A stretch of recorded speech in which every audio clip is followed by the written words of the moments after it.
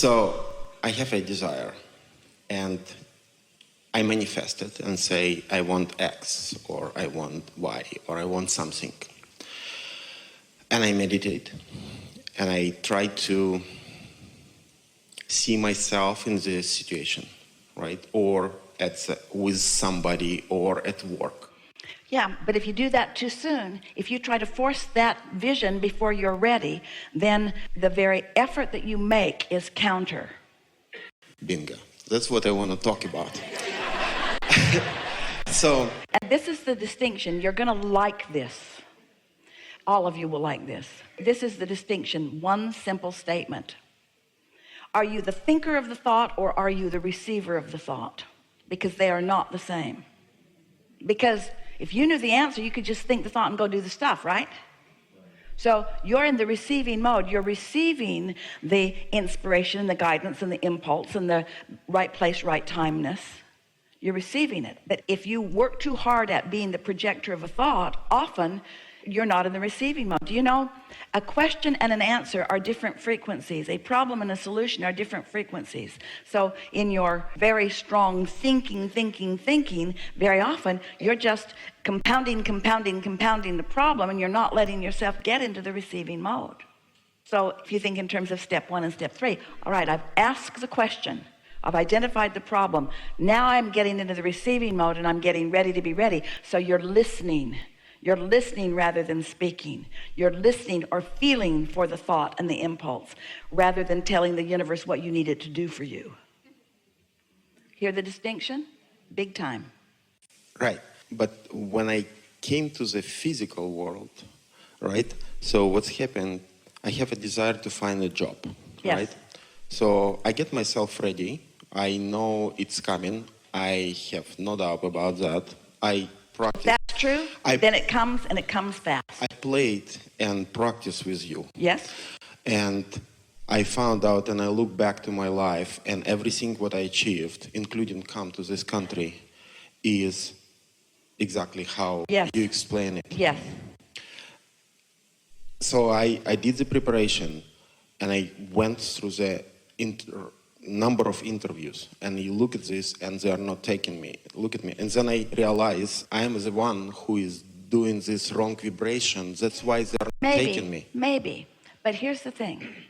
In this win-win situation that we're talking about, where your job is in your vortex, and you, the doer of this job, is in their vortex, where you have something to give them and they have something to give you. In other words, it's already been defined vibrationally. So you, let's say, and hear this, let's say that you're a little less in alignment than you think you are, and you're a little more determined and desperate than you think you are. So you're acting yourself into an interview, and you're applying for a job you really don't want.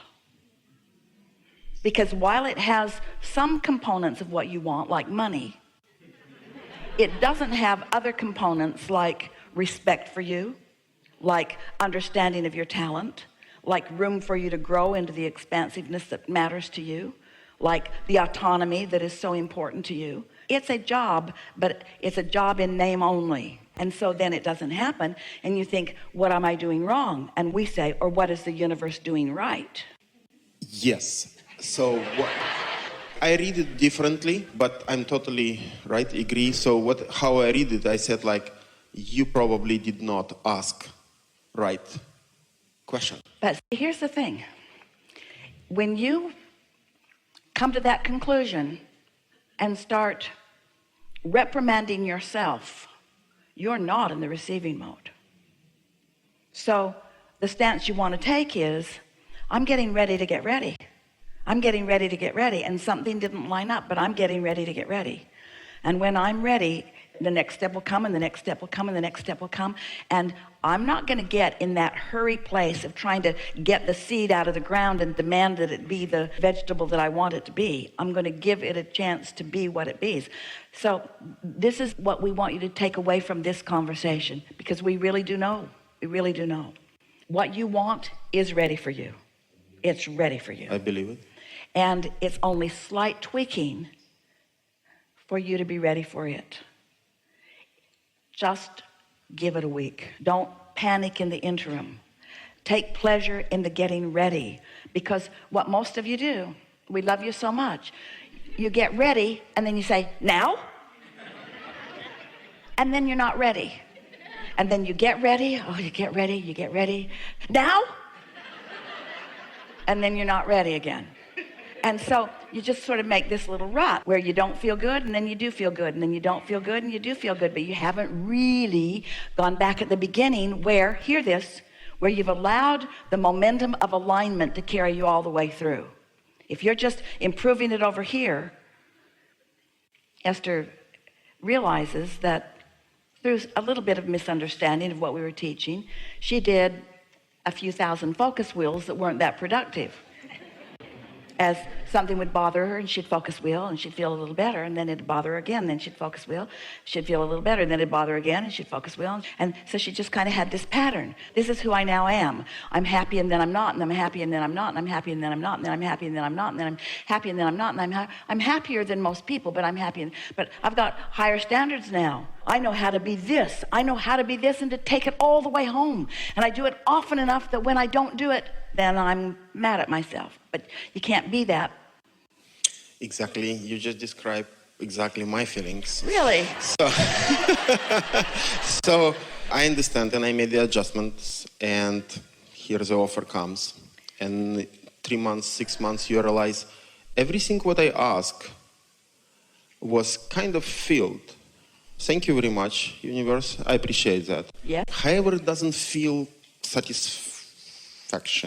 Well, here's right? the thing, because it feels satisfying, and it feels satisfying, and it feels satisfying. This is what we meant. Now stay with us. You're really going to like this. It's what we described earlier.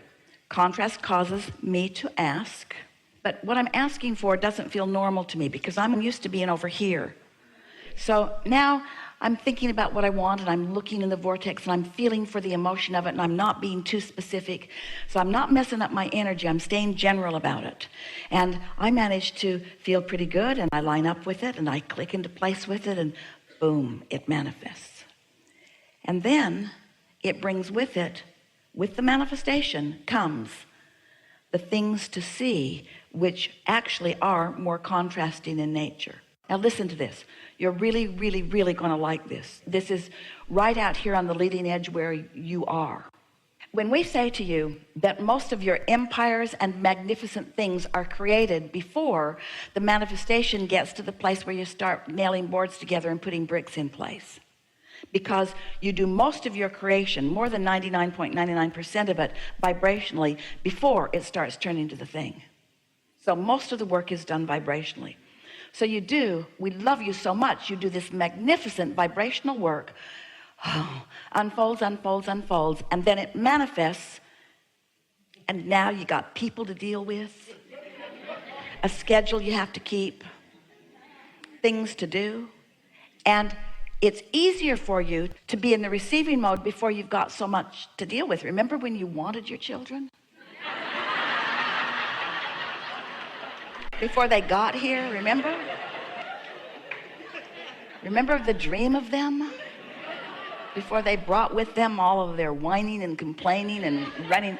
We're just playing with you a little bit. So what we're saying is the manifestation that you've been asking for is the thing that messes up your satisfaction factor. Oh, because there's contrast in every manifested moment. Now, hear this. This is another really important thing to talk about.